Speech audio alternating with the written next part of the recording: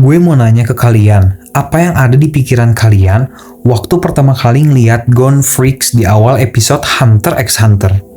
Pasti kalian mikir, oh ini mah bocah tipikal anime shonen banget, ceria, pemaaf, sayang binatang, pakai baju hijau terang, dan punya mimpi polos buat nyari bapaknya yang hilang. Selama bertahun-tahun kita dibiasain nonton karakter utama kayak Naruto atau Luffy yang kompas moralnya jelas, membela yang benar dan mengalahkan yang jahat. Kita kira Gon juga sama. Tapi hari ini kita bakal ngebongkar sebuah fakta psikologis yang sangat creepy tentang Gone Freaks. Fakta yang diam-diam diselipin sama mangakanya Yoshihiro Togashi. Kalau kita bedah isi kepala Gon pakai ilmu psikologi, Gon itu bukan pahlawan pembela kebenaran.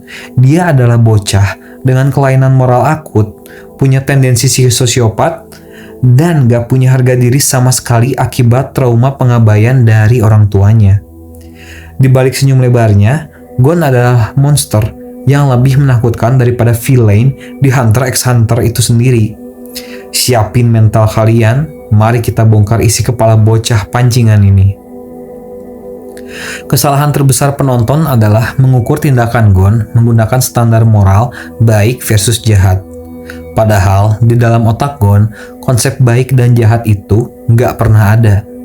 Secara psikologis, Gon mengidap apa yang sering disebut dalam analisis literatur sebagai blue and orange morality.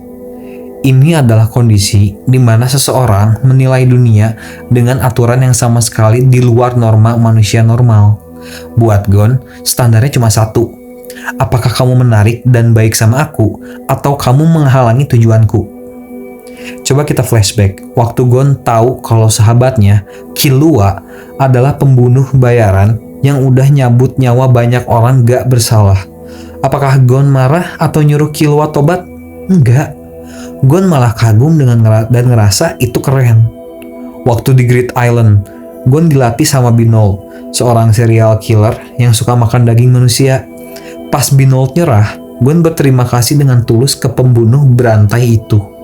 Tapi, waktu di Arc Yorknew, Gon ngamuk besar ke Nobunaga dan Phantom Troop karena mereka menangisi kematian Ufogin.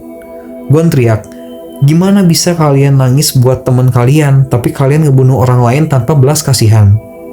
Disinilah letak hipokrisi dan kelainan psikologis Gon. Dia nggak peduli sama nyawa orang asing yang dibunuh Killua atau Binold, karena Killua dan Binold baik sama dia. Tapi dia benci Phantom Troop karena mereka mengancam Kurapika, temennya.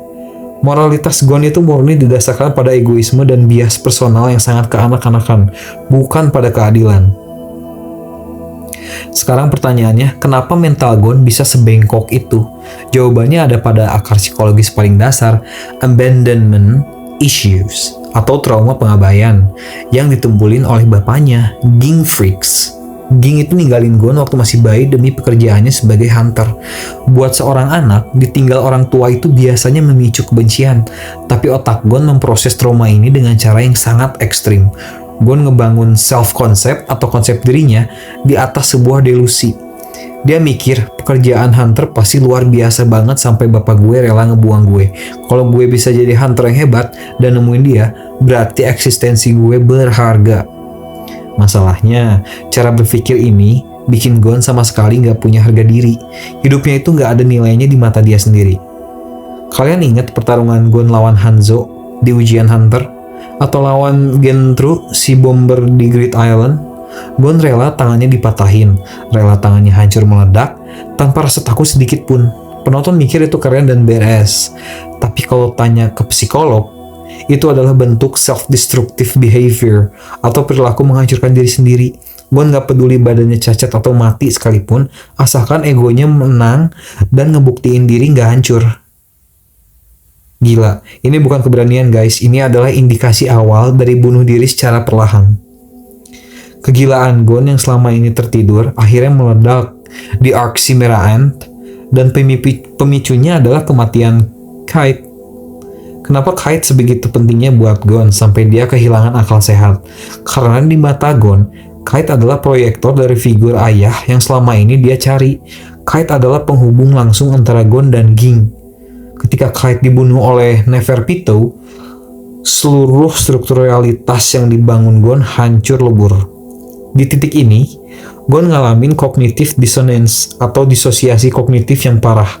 Otaknya nggak sanggup menerima kenyataan bahwa Kite, sosok hunter yang kuat mewakili bapaknya, bisa mati karena melindungi anak lemah bernama Gon. Gon nggak bisa memproses rasa bersalah dan duka secara normal. Jadi Gon nggak bisa ngeproses rasa bersalah dan duka secara normal, guys. Jadi apa yang si Gon lakuin? Dia lari dari kenyataan, dia nipu dirinya sendiri dengan meyakini bahwa Kite masih hidup dan bisa disembuhkan. Dan ketika Pitou akhirnya bilang kalau Kite udah benar-benar mati, pikiran Gon snap, putus seketika. Dengan transformasi Gon menjadi dewasa atau adult Gon untuk membunuh Pitou sering dianggap sebagai salah satu momen paling epic dan hype di sejarah anime.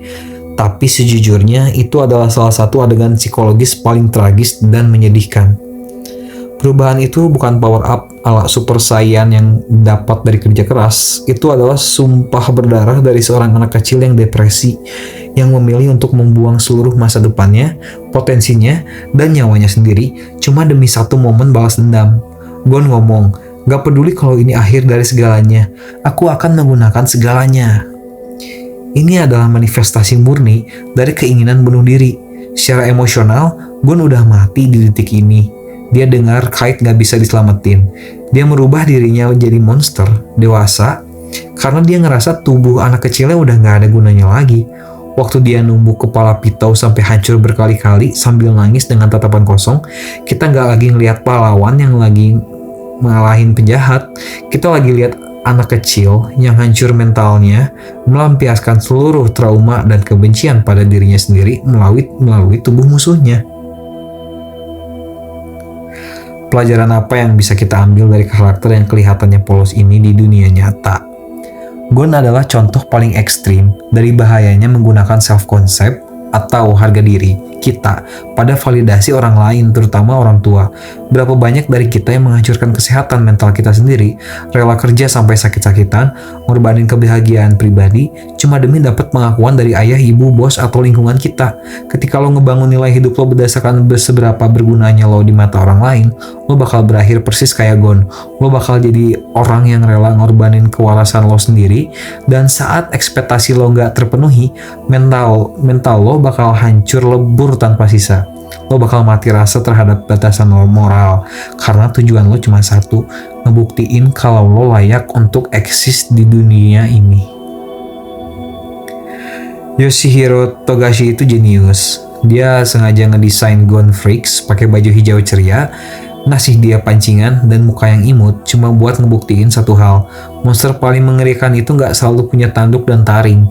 Kadang monster paling menakutkan itu ada di dalam kepolosan seorang anak yang nggak pernah diajarin gimana cara menghargai nyawanya sendiri. Gimana menurut kalian setelah dengar analisis psikologi ini? Masih ngeliat Gon sebagai karakter yang murni dan polos? Atau sekarang kalian sadar kalau dia sebenarnya butuh banget ditaruh di kursi terapi psikolog? Tulis argumen kalian di kolom komentar, kita diskusi sehat.